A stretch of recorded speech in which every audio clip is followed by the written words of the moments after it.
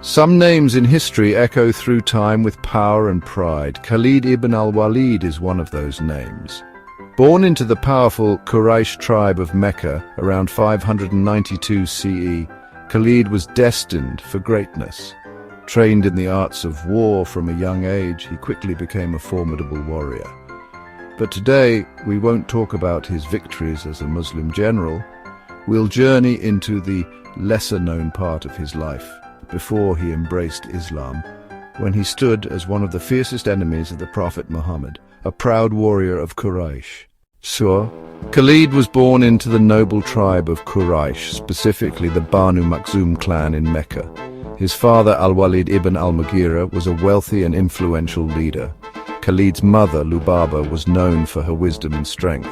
From an early age, Khalid was raised with pride, honor, and a deep commitment to tribal legacy. In his home, valor was not just respected, it was demanded. The socio-political environment of Mecca was one of constant tribal rivalries and alliances.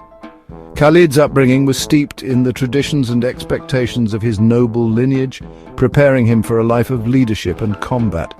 The bustling markets and the harsh desert landscapes were the backdrop of his formative years, shaping his resilience and strategic mind. As he grew, Khalid was trained in the arts of war, horse riding, sword fighting, archery, and hand-to-hand combat. He excelled in every form of physical challenge, but more than his strength, it was his strategic mind that set him apart. Even as a youth, he thought like a commander. His mentors, seasoned warriors themselves, were astounded by his rapid progress and innate understanding of battlefield tactics. One particular mentor, Abu Sufyan, often recounted how Khalid could predict enemy movements with uncanny accuracy. Anecdotes of his early prowess spread quickly. Tales of a young Khalid outmaneuvering older, more experienced fighters became legendary. His training sessions were intense, often lasting from dawn till dusk, and he never shied away from pushing his limits. This relentless dedication forged him into a formidable warrior, even before he reached adulthood. When the message of Islam began spreading in Mecca, Khalid stood firmly against it. He saw it as a threat to his people's traditions and authority.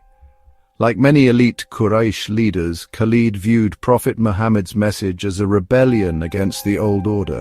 The early spread of Islam in Mecca was met with significant resistance from the Quraysh, who were the dominant tribe. They feared the loss of their social and economic status. Khalid, being a prominent warrior and leader, took active measures to suppress the new faith. He participated in the persecution of early Muslims, aiming to stifle the growing movement. Despite the increasing number of followers, Khalid and his allies were determined to maintain the status quo. This period marked a significant chapter in the early history of Islam, highlighting the intense opposition faced by Prophet Muhammad and his followers. Khalid did not participate in the Battle of Badr, but the defeat of the Quraysh in that battle deeply affected him.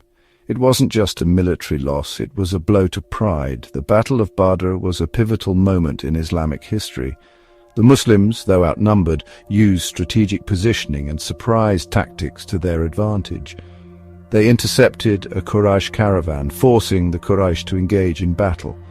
The Muslims' victory was decisive, causing significant casualties among the Quraysh leaders. This defeat planted a seed in Khalid's heart, a desire for revenge and a hunger to prove his worth on the battlefield. The impact on the Quraysh tribe was profound, shaking their confidence and altering the course of future conflicts. 1 year later, Khalid made his mark in the Battle of Uhud. Though the Muslims initially gained the upper hand, it was Khalid's brilliant flanking maneuver that turned the tide. He exploited a gap left by archers and led the Quraysh cavalry in a devastating counterattack. Many Muslim fighters were killed, and even the Prophet Muhammad was wounded. Khalid's tactical genius was evident as he observed the battlefield with keen eyes, waiting for the perfect moment to strike. His decision to exploit the gap left by the archers was a masterstroke, showcasing his ability to adapt and seize opportunities. The chaos that ensued was a testament to his leadership and strategic acumen. Reflecting on this battle, Khalid would later recall the intensity and the pivotal moments that defined his early military career. The Battle of Uhud was not just a victory for the Quraysh, but a significant chapter in Khalid's journey as a warrior. Khalid's greatest weapon wasn't just his sword, it was his mind. He read the battlefield like a book. He studied enemy formations, waited for the perfect moment, and struck with precision. Even his enemies recognized his military brilliance. Khalid's tactical genius was evident in numerous battles. At the Battle of Uhud, he exploited a gap in the enemy's defenses, turning the tide in favor of his side. His ability to anticipate enemy moves and counter them effectively earned him the respect of both his allies and adversaries. Khalid's reputation as a master tactician spread far and wide. His strategies were studied and admired by many. He was not just a warrior, he was a strategist who could outthink and outmaneuver his opponents. His legacy as a military genius remains unparalleled. Despite his victories, Khalid couldn't ignore the spirit of the Muslims, their unity, their courage, their unwavering faith. These things began to stir something inside him. He started to question, how could such a small group stand so strong? Was there more to Islam than he realized? Khalid's mind wandered back to the battles he fought against them.